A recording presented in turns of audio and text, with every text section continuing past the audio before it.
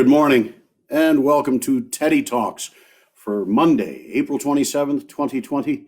I'm your host, Joe Wiegand, coming to you from Medora, North Dakota, gateway to Theodore Roosevelt National Park, and where Theodore Roosevelt cattle ranched in the 1880s, and hope you'll join us. I'd like to mention a few of the programs to come up. Today, happy 198th birthday to President Ulysses S. Grant. We'll hear some remarks that Theodore Roosevelt made on the occasion, Grant Day in Galena, Illinois, in the year 1900, if I have my, he was governor of New York. Also today, the anniversary of the creation of Sully's Hill National Park in Devil's Lake, North Dakota. Congress authorizing Theodore Roosevelt to subsequently name a park at the location specified at Devil's Lake, and so Theodore Roosevelt would do so on June 2nd. So we'll convey a bit more of our conversation about Sully's Hill National Park, converted in 1931 to Sully's Hill Game Preserve, administered by the Fish and Wildlife Service, and perhaps during the wintertime, the news didn't spread all that much, but now officially the name change occurred in December, I believe. White Horse Hill National Game Preserve. And again, we'll come back to General Sully and White Horse Hill Game Preserve. Theodore Roosevelt only had 5 national parks, and one was right here in North Dakota. Tomorrow, on Tuesday, Iowa, where the tall corn grows. We're going back to 1903. The great trip that will weave in and out of our comments over the next month of programs, eventually taking us to places like Yellowstone with John Muir and the Grand Canyon with Campton Nance. And then we'll have some speeches, and especially one at the dedication of the YMCA in Oskaloosa, Iowa, and that was the home district of Congressman John Fletcher Lacey. You sportsmen and sportswomen will recognize the Lacey Act, made it a federal crime to hunt game illegally in one state and transport it across lines. Lacey, also the father of the Monuments and Antiquities Act, passed in 1906. So on Tuesday, a salute to Iowa, and yes, that's for you, John Olson. Wednesday, April 29th, let's go to Missouri and Illinois, the Show Me State and the land of Lincoln. We'll also touch on a couple of interesting characters, William Randolph Hearst and Harry Payne Whitney. And yes, that's father of Flora Payne Whitney, Quentin's betrothed. Thursday, April 30th, remarks at the dedication of the Louisiana Purchase Exposition in St. Louis, April 30th, 1903. That happens to be on the occasion, the date of those remarks, of the centennial of the Louisiana Purchase. And of course, that fair in St. Louis. The Olympics would be hosted in St. Louis in 1904. The fair throughout the year following 1904. And of course, I can't think of it without thinking of Judy Garland and Meet Me in St. Louis. Louis, meet me at the fair. We'll also have a little bit about Hawaii, Niagara Falls, Louisiana on that date. Friday, May 1st, a sampler of different speeches Theodore Roosevelt made on that day. A report he issued as Civil Service Commissioner in 1891. A magazine article, The American Boy, published in St. Nicholas Magazine when he was governor in 1900. And then a couple of speeches made on the occasions at the White House, Topeka, Kansas. Also, of course, May 1st, not just May Day, and we'll discuss a bit of that in the social dynamic, the creation of our own Labor Day in September to move it away from the big socialist celebration on May 1st. But May 1st, during Teddy Roosevelt's time, known as the date of the Battle of Manila Bay, where Admiral George Dewey defeated the Spanish fleet a month and a half before we were engaged in action in Cuba during the Spanish-American War.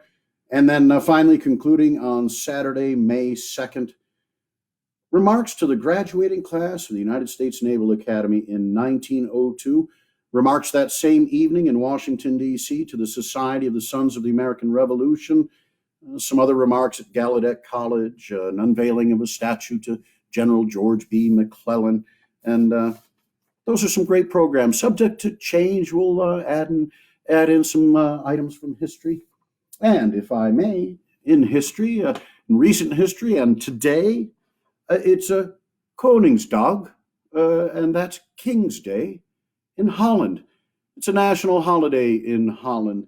I had the pleasure with folks from the Theodore Roosevelt Medora Foundation of touring the Netherlands not yet a decade ago, and it had just transitioned from Queen's Day in honor of Queen Beatrix. Now it's King's Day in honor of King Willem-Alexander.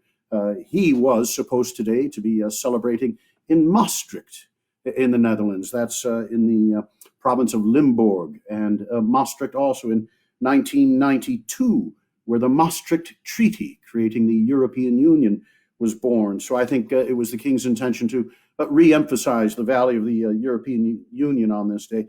That day, King's Day, everyone wears orange. It's also celebrated in Aruba, Curaçao, and St. Martin's, former Dutch. Well, they're still part of the government. So my toast to the Dutch roots of Theodore Roosevelt. Here's my orange juice. Everything in the Netherlands today is orange. Everyone's wearing orange. We floated through the canals of Amsterdam on our King's Day to the Dutch. Sully. It's the only thing orange I had in the house. It's 3 p.m. in Amsterdam. They've gone beyond orange juice by this time of the day. And thinking of the Keldermans in Kent, Connecticut. Just as the Roosevelts came over in the 1630s to begin settling in New York, then a Dutch colony, so too has Mr. Kelderman come, and so glad he has. On this date in history, the death of Zebulon Pike. We probably know him best as the namesake for Pike's Peak. But when the Louisiana Purchase was made, the Lewis and Clark expedition wasn't the only expedition. Zebulon Pike, as a United States Army officer, led expeditions up the upper Mississippi and also out to the southwest, getting out eventually out to the region around Santa Fe. And during that time was actually taken prisoner by the Mexicans, taken to Chihuahua. He and his men later released. But Zebulon Pike, it was on this date that Zebulon Pike died in the War of 1812 at the Battle of York, sometimes referred to as the Battle of Toronto. And we will always be thankful for the service of Zebulon Pike. His burying place, by the way, Sagatt's Harbor, is in New York, is one of the locations, one of the battles about which Theodore Roosevelt writes in his naval history of the War of 1812. As we mentioned on this date, April 27th, 1822, the birth of Ulysses S. Grant, the 18th President of the United States. I am seeing here as well, April 27th, 1840, the birth of Edward Whymper, an English-French mountaineer, explorer, author, illustrator, the first to climb the Matterhorn in 1865. 4 of his party died in the descent. It was just 16 years later, in August of 1881, when young Theodore Roosevelt, on a delayed honeymoon, the summer following his marriage the previous fall to Alice Hathaway Lee of Chestnut Hill, Boston, young Theodore Roosevelt, before he came out and strengthened his sinews here in the Badlands, he climbed the Matterhorn, writing to his sister Anna that it was like climbing up and down enormous stairs on your hands and knees, quite laborious, but that he was staying in a chateau in a lodge in which there were some English gentlemen who had climbed the Matterhorn the previous day. And Theodore Roosevelt wanted to show those English chaps that a Yankee could climb just as well as they could. So we're saluting that explorer, Edward Whymper, who first made it to the top of the Matterhorn. On this date, April 27th, 1897, the dedication of Grant's tomb in New York City, New York, now one of the wonderful places trusted to the care of the National Park Service across all of the sites in New York City. Well, thanks kindly for joining here today. I'll have these remarks that are a little at length, but they are the remarks of Theodore Roosevelt, an address at the Grant anniversary in Galena, Illinois, April 27th, 1900. In a way, perhaps Theodore Roosevelt laying some seeds out in the Midwest. The Republican convention would be held in Chicago this summer. Theodore Roosevelt's name being considered, and he's saying he would not accept it if he were offered the vice presidency having gone vacant with the death of Garrett Hobart of New Jersey. And so, and at the same time, a Chicago Republican convention, from the first one held in which Abraham Lincoln was nominated in part by his fellow Illinois Republicans. It was very important that in making this tour, Theodore Roosevelt was certainly touching base and taking the temperature of Illinois and Midwest Republican leadership. So, Governor Theodore Roosevelt in Galena, Illinois. Fellow citizens, in the long run, every great nation instinctively recognizes the men who peculiarly and preeminently represent its own type of greatness. Here in our country, we have had many public men of the first rank, soldiers, orators, constructive statesmen, and popular leaders. We have even had great philosophers who were also leaders of popular thought.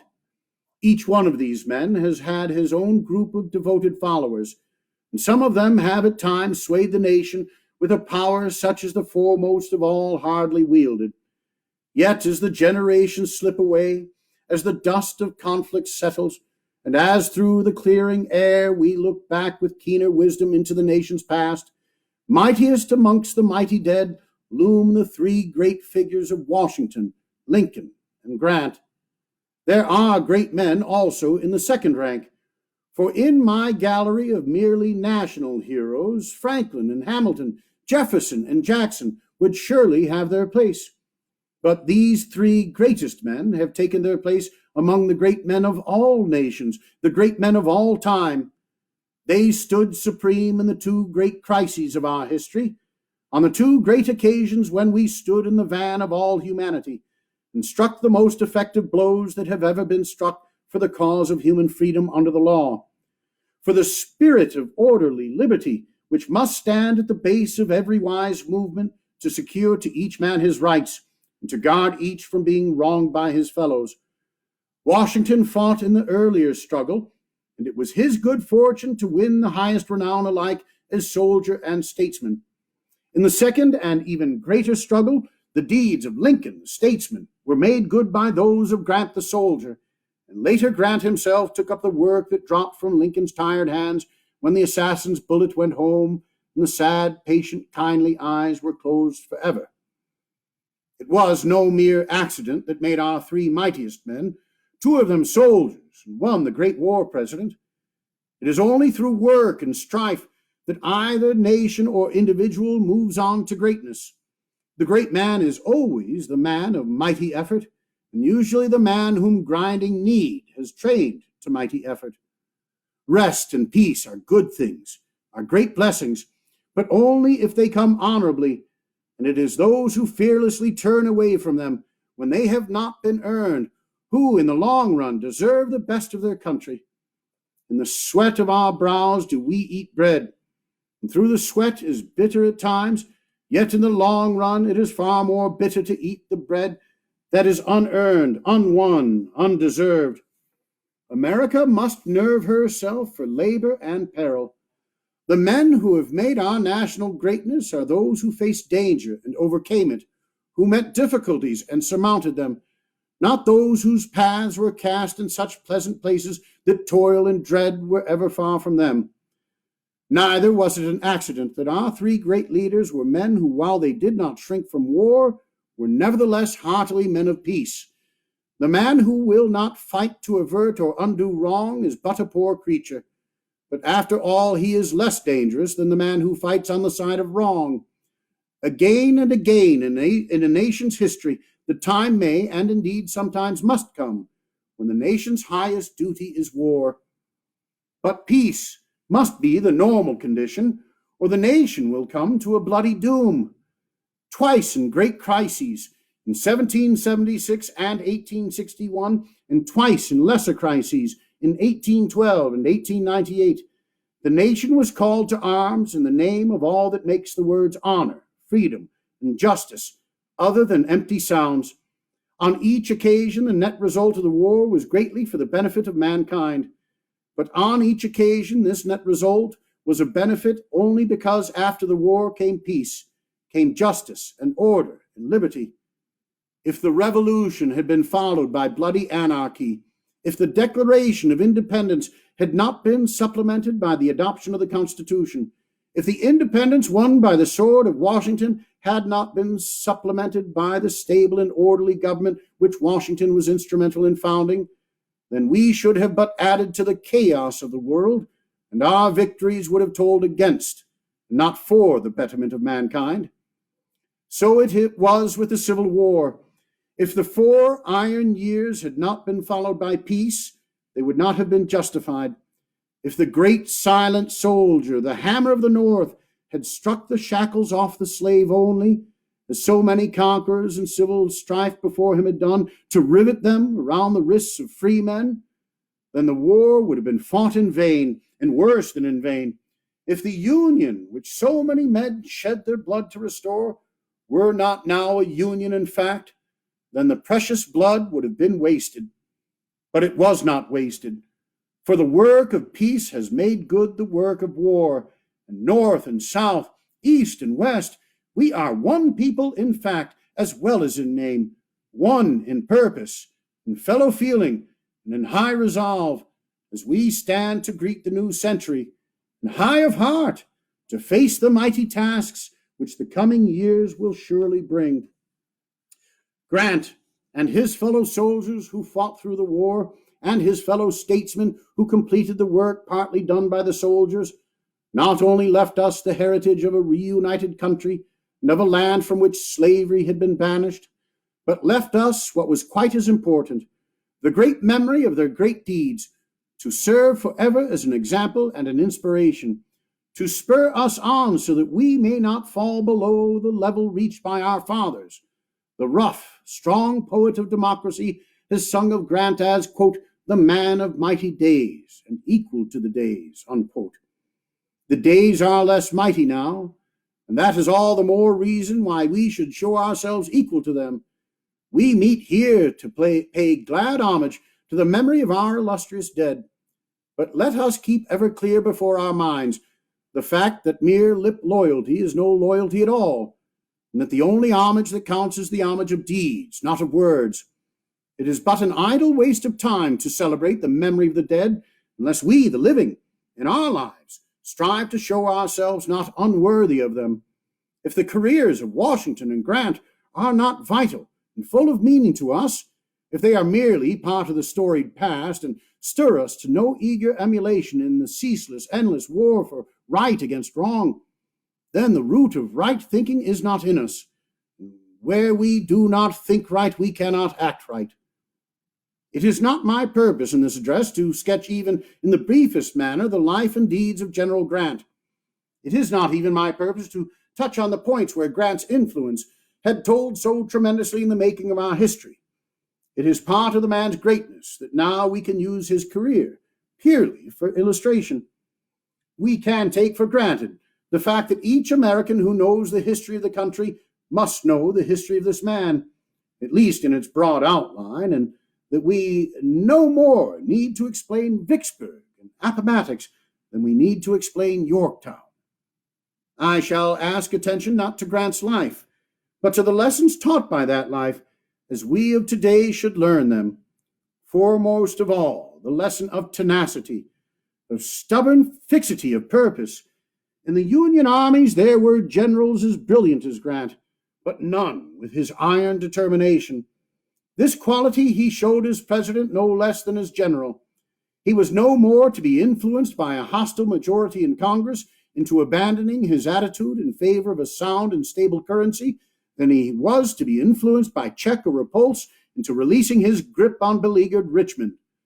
It is this element of unshakable strength to which we are apt specially to allude when we praise a man in the simplest and most effective way, by praising him as a man. It is the one quality which we can least afford to lose. It is the only quality the lack of which is as unpardonable in the nation as in the man. It is the antithesis of levity, fickleness, volatility, of undue exaltation, of undue depression, of hysteria and neuroticism in all their myriad forms.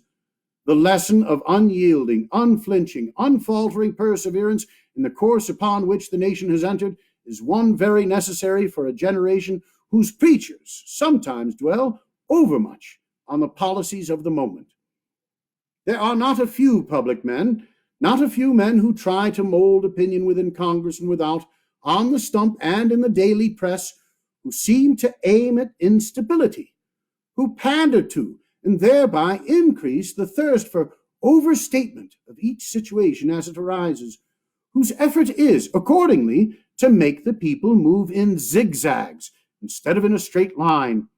We all saw this in the Spanish War, when the very men who at one time branded as traitors everybody who said there was anything wrong in the army, at another time branded as traitors everybody who said there was anything right.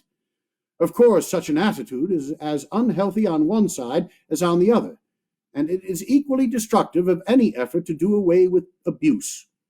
Historics of this kind may have all the results of extreme timidity. A nation that has not the power of endurance, the power of dogged insistence on a determined policy, come weal or woe, has lost one chief element of greatness.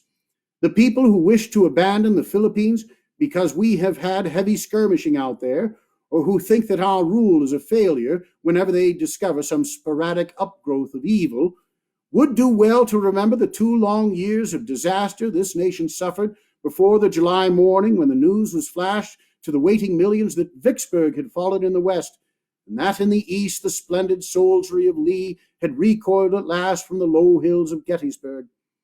Even after this, nearly 2 years more were to pass before the end came at Appomattox. Throughout this time, the cry of the prophets of disaster never ceased. The peace at any price men never wearied of declaring against the war, of describing the evils of conquest and subjugation as worse than any possible benefits that could result therefrom. The hysterical minority passed alternately from unreasoning confidence to unreasoning despair, and at times they even infected for the moment many of their sober, steady countrymen. 18 months after the war began, the state and congressional elections went heavily against the war party, and 2 years later the opposition party actually waged the presidential campaign on the issue that the war was a failure. Meanwhile, there was plenty of blundering at the front, plenty of mistakes at Washington. The country was saved by the fact that our people as a whole were steadfast and unshaken. Both at Washington and at the front, the leaders were men of undaunted resolution, who would not abandon the policy to which the nation was definitely committed, who regarded disaster as merely a spur to fresh effort, who saw in each blunder merely something to be retrieved, and not a reason for abandoning the long-determined course. Above all, the great man of the people possessed a tough and stubborn fiber of character. There was ample room for criticism, and there was every reason why mistakes should be corrected. But in the long run, our gratitude was due primarily not to the critics, not to the fault-finders, but to the man who actually did the work, not to the men of negative policy, but to those who struggled towards the given goal. Merciful oblivion has swallowed up the names of those who railed at the men who were saving the Union, while it has given us the memory of these same men as a heritage of honor forever.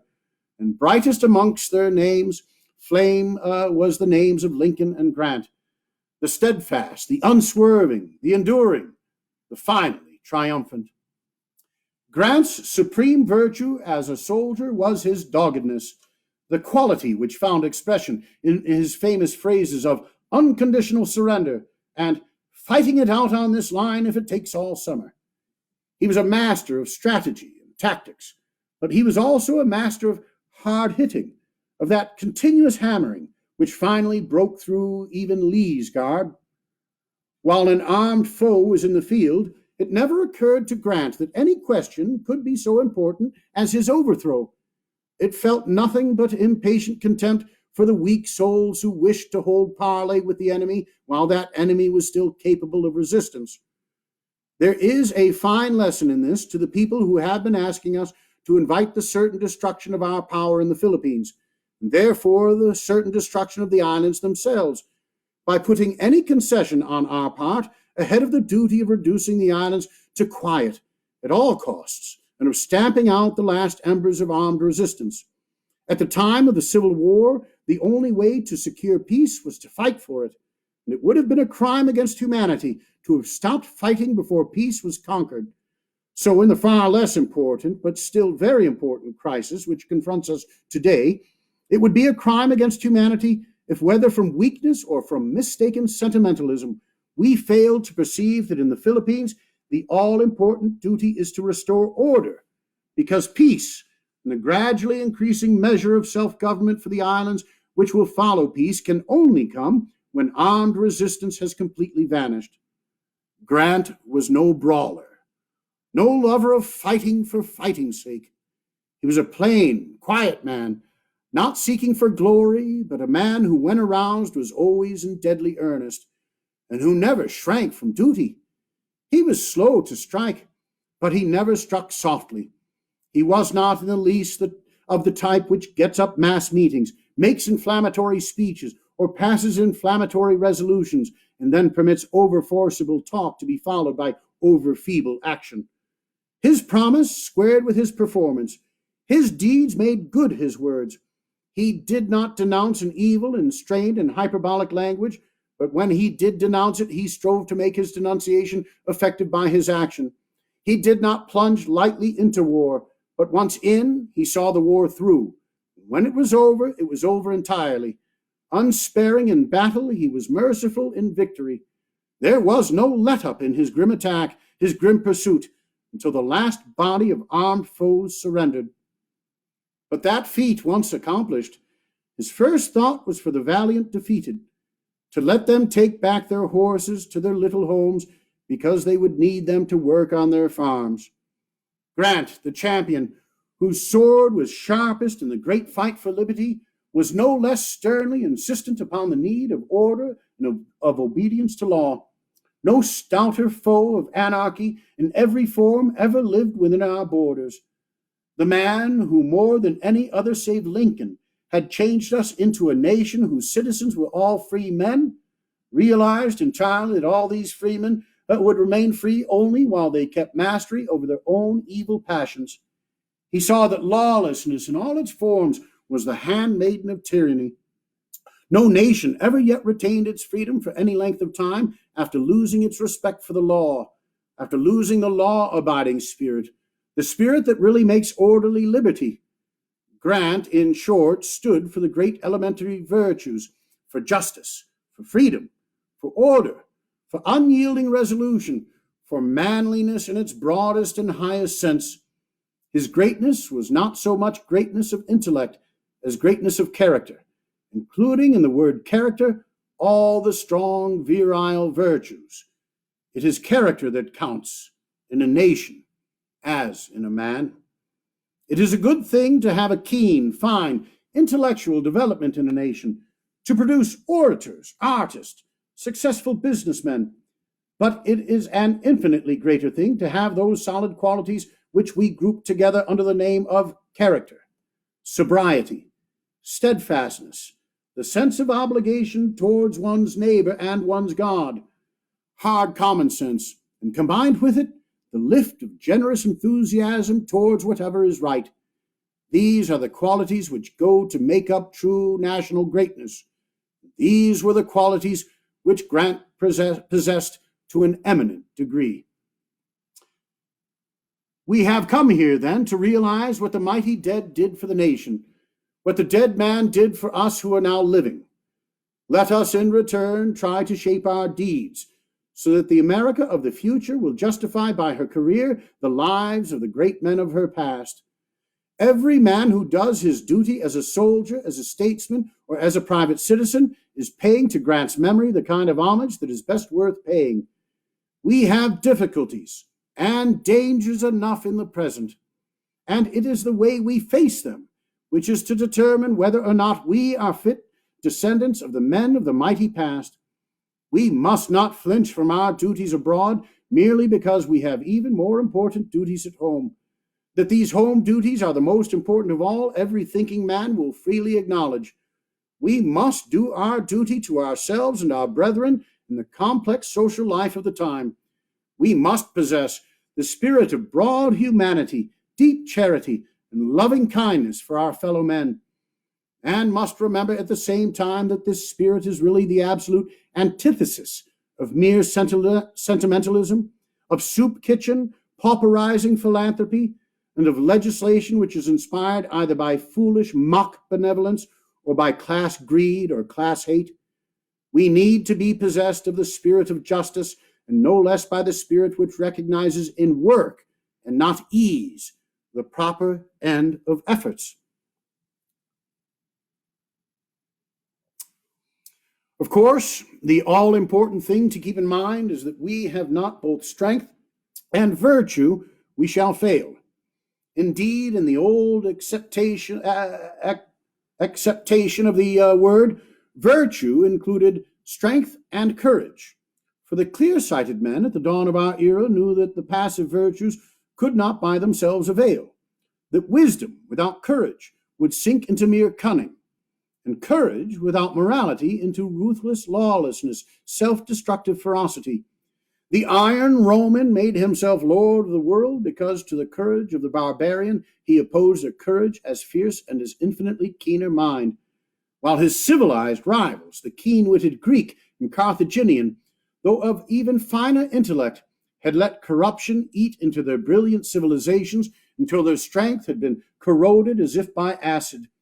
In short, the Roman had character as well as masterful genius, and when pitted against peoples either of less genius or of less character, these peoples went down.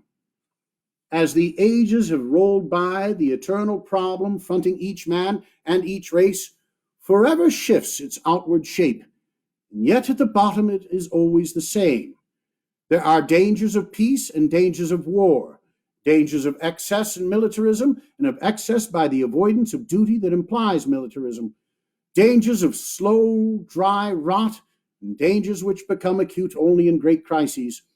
When these crises come, the nation will triumph or sink accordingly as it produces or fails to produce statesmen like Lincoln and soldiers like Grant, and accordingly as it does or does not back them up in their efforts. We do not need men of unstudied brilliancy or erratic power, unbalanced men.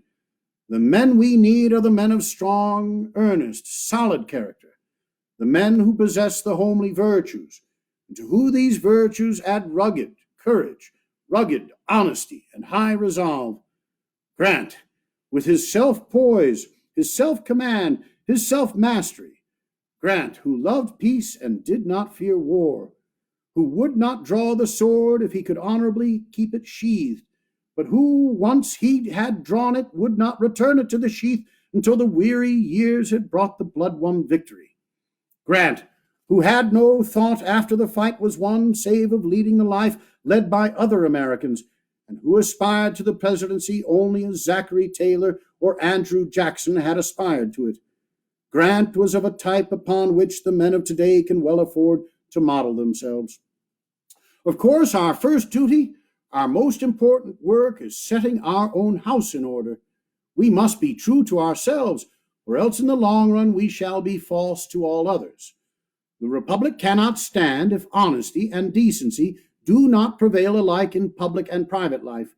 If we do not set ourselves seriously at work to solve the tremendous social problems forced upon us by the far-sweeping industrial changes of the last 2 generations. But in considering the life of Grant, it is peculiarly appropriate to remember that besides the regeneration in political and social life within our own borders, we must also face what has come upon us from without. No friendliness with other nations, no goodwill for them or by them, can take the place of national self-reliance. No alliance, no inoffensive conduct on our part would supply, in time of need, the failure in ability to hold our own with strong hands. We should work out our own destiny by our own strength. A vigorous young nation like ours does not always stay still. Now and then there comes a time when it is sure either to shrink or to expand. Grant saw to it that we did not shrink, and therefore we had to expand when the inevitable moment came. Great duties face us in the islands where the stars and stripes now float in place of the arrogant flag of Spain. As we perform those duties, well or ill, so will we in large part determine our right to place among the great nations of the earth.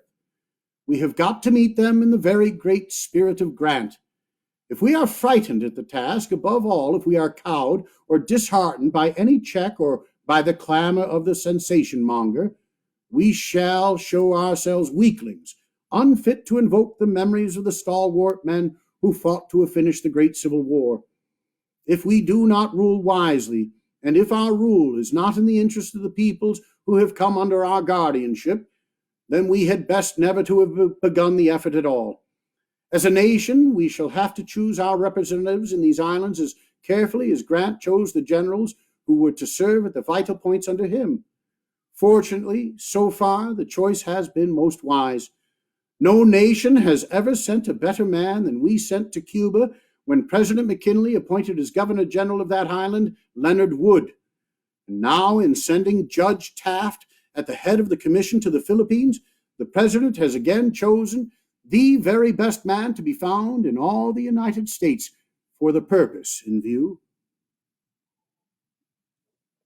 Part of Grant's great strength lay in the fact that he faced facts as they were and not as he wished they might be. He was not originally an abolitionist, and he probably could not have defined his views as to state sovereignty. But when the Civil War was on, he saw that the only thing to do was to fight it to a finish and to establish by force of arms the constitutional right to put down rebellion.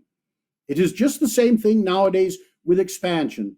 It has come, and it has come to stay, whether we wish it or not.